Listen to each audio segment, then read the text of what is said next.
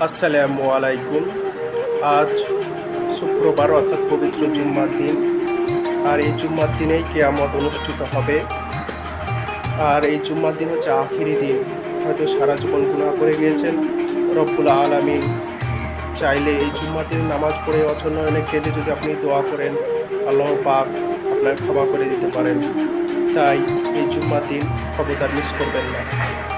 আর রাসূল পাক সাল্লাল্লাহু আলাইহি সাল্লাম বলেন, জুম্মার দিন হচ্ছে সকল গরিবদের জন্য সাপ্তাহিক ঈদের দিন। তাই চলুন জুম্মার নামাজ পড়তে যাই।